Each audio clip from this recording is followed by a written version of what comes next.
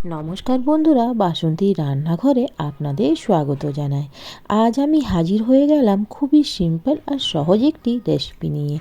আজকে আমি আপনাদের আলু টিক্কি তৈরি করে দেখাবো। এটা তৈরি করা একেবারে সহজ, সময়ও খুব কম লাগে আর খেতেও ভীষণ মজার হয়। আশা করছি আজকের আমার এই রেসিপিটি আপনাদের কাছে ভীষণ ভালো লাগবে। তাহলে চলুন রেসিপিটা দেখে নিচ্ছি। রেসিপিটা পুরো অবশ্যই দেখবেন আর আমার চ্যানেলটাকে লাইক, কমেন্ট আর সাবস্ক্রাইব করার অনুরোধ রইল। সবথেকে প্রথমে আমি এইখানে নিয়ে নিচ্ছি সেদ্ধ করা আলুগুলোকে আমি চামচের সাহায্যে এইভাবে মেখে নেব। দেখুন বন্ধুরা, আলুগুলো আমার গরম আছে, তার জন্য সবথেকে প্রথমে একটু মেখে নিয়ে এটাকে ঠান্ডা করে নেব। আর এর মধ্যে আমি অ্যাড করব ক্যাপসিকাম কুচি, গাজর কুচি, গ্রেট করে নিয়েছি একটি গাজর, আর এর মধ্যে অ্যাড করব পেঁয়াজ কুচি, লঙ্কা কুচি দিয়ে দিয়েছি, আর দিয়ে দিলাম এর মধ্যে আদা কুচি। আর একটু আমি এর মধ্যে দিয়ে দিলাম কড়াইশুঁটির বদলে আপনারা চিনেবাদামও এর মধ্যে দিতে পারেন। বন্ধুরা, এর মধ্যে আমি দিয়ে দেবো 1 চামচ নুন, 1 চামচ লঙ্কা গুঁড়ো, 1 চামচ ধনে গুঁড়ো, 1 চামচ দিয়ে দিলাম ব্ল্যাক পেপার পাউডার। আর এটাকে আমি ভালোভাবে মেখে নেব।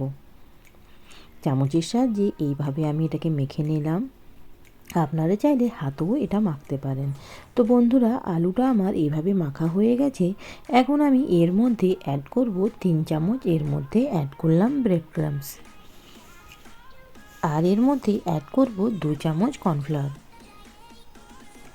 কর্নফ্লাওয়ার আর ব্রেড ক্রাম্বস দিয়ে এটাকে ভালোভাবে হাতে এইভাবে মেখে নেব। দেখুন বন্ধুরা, এটা আমার মাখা হয়ে গেছে। এখন আমি টিক্কির শেপ দিয়ে দেব। হাতের মধ্যে একটু তেল লাগিয়ে নেবেন আর এইভাবে ভালোভাবে হাতে এইভাবে মুঠি করে টিক্কির শেপ দিয়ে দেবেন।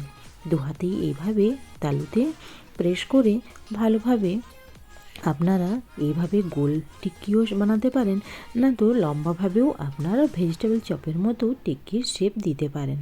তো বন্ধুরা দেখুন, এইভাবে আমার একটা টিক্কি তৈরি হয়ে গেছে। সেম প্রসেসে আমি আর টিক্কিগুলোও বানিয়ে নেব। আর টিক্কিগুলো একটু হালকা মোটা মোটা করবেন, খুব পাতলাও করা দরকার নেই। তো বন্ধুরা, এইভাবে দেখুন আমার দ্বিতীয় টিক্কিও রেডি হয়ে গেল। আর এইভাবে সেম প্রসেসে আমি সবগুলো টিক্কি তৈরি করে নেব।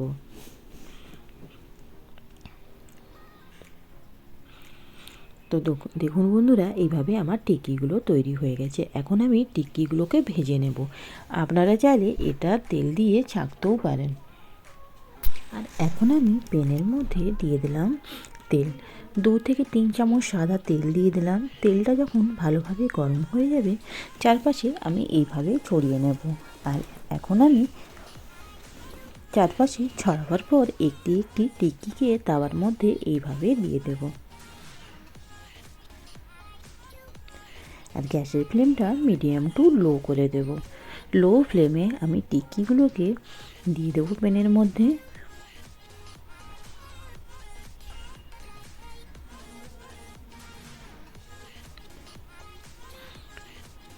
সবগুলো টিক্কি এইভাবে প্যানের মধ্যে দিয়ে দিলাম।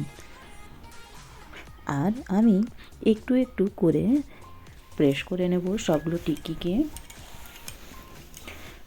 টিক্কিকে প্রেস করে দু সাইডেই আমি এমনি উলটপালট করে ভালোভাবে লাল লাল করে ভেজে নেব।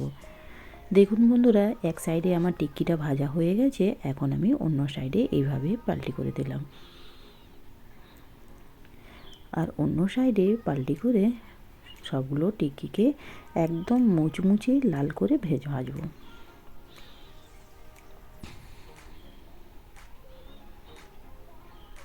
হালকা এইভাবে প্রেস করে দেব। আর এইভাবে দু সাইডেই দেখুন একদম লাল লাল করে টিক্কি আমার ভাজা হয়ে গেছে।